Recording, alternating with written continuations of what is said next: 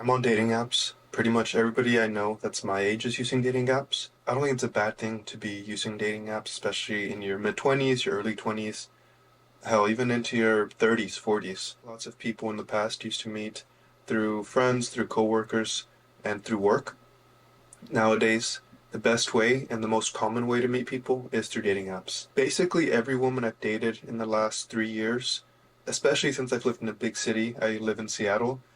Basically, every woman I've dated has been through a dating app. Bumble is what I used at first.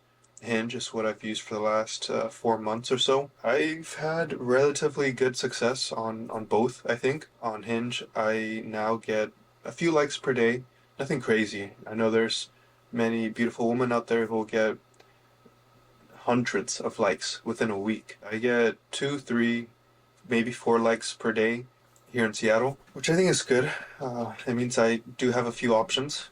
The thing is, what I found is when I go on these dates with these women who are beautiful and smart women, great women, I realize that they're just not my type.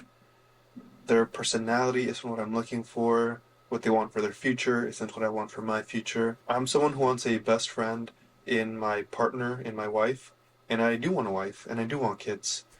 In a big city, there is people that want that, but the norm is to just go out and have fun and make pretty memories, which I've been in those phases myself where I just want to make pretty memories with pretty people.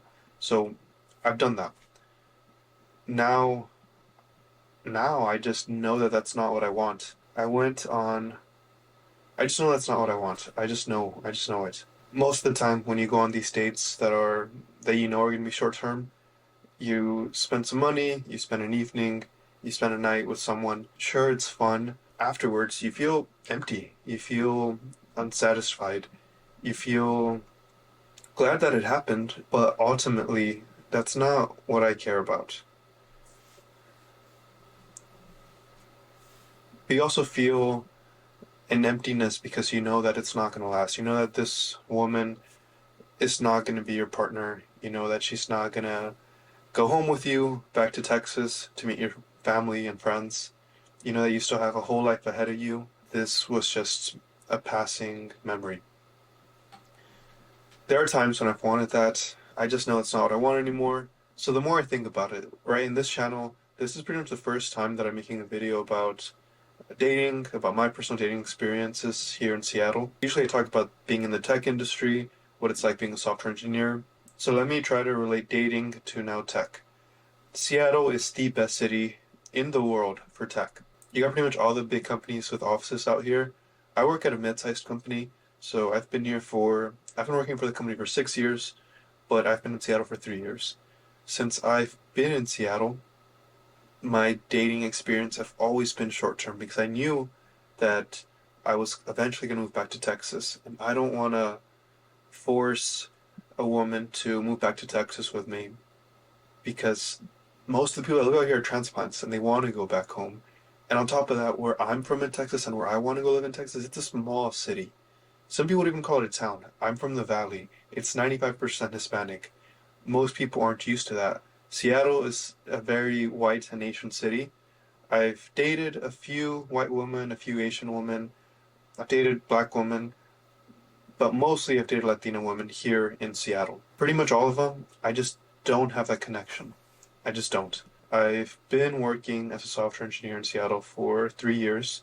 The reason I moved out to Seattle was for the opportunity to have a good career, to make good money, and I've made good money, and I'm 6 years into my career. I've only been at one company throughout my whole software engineering career.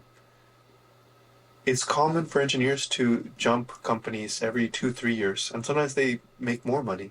That's got me thinking, where am I at? What's next for me? What's important to me? When I think about my life, I think I'm happy with my career, I'm happy with my family, I'm happy with my friends, I'm happy with my hobbies, I'm happy with the money that I've made. But where am I with finding love or finding a partner to build with? I'd say that pillar is pretty low.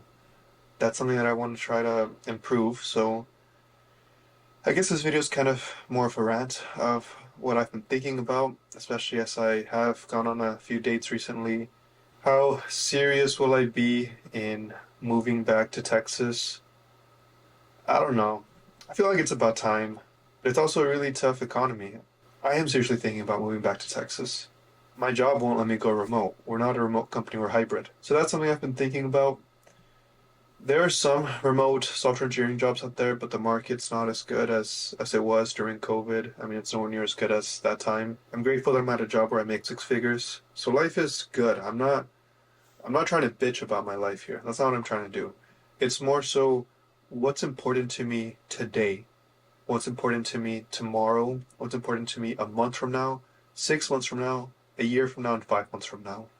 Am I fine with being in Seattle for another month or another 6 months? Yes. I know I won't find a woman that I want to build with during these next 6 months here in the city, but I'd like to meet her in the next 2 years. If you were me, what would you do? Would you stay in Seattle knowing that the woman you want isn't here? Or would you be willing to maybe struggle a bit in finding a new job? And when you find a new job, you'd probably be making quite a bit less. I hope I'd make at least 100,000. If I'm not making 100,000, I think that'd be weird adjustment in lifestyle. Sure, I live very frugally now, but knowing that I don't have as much coming in monthly would be very weird for me. I think I might talk more about these sort of personal life updates in my next couple of videos. So I'll let y'all know. I'll let y'all know where my mind's at. I'll let y'all know what I'm thinking about. Bueno, pues, ahí está. That's it for this video. Thank you for watching. Have a good one. Bye. Tengo tiempo pensando en los dos.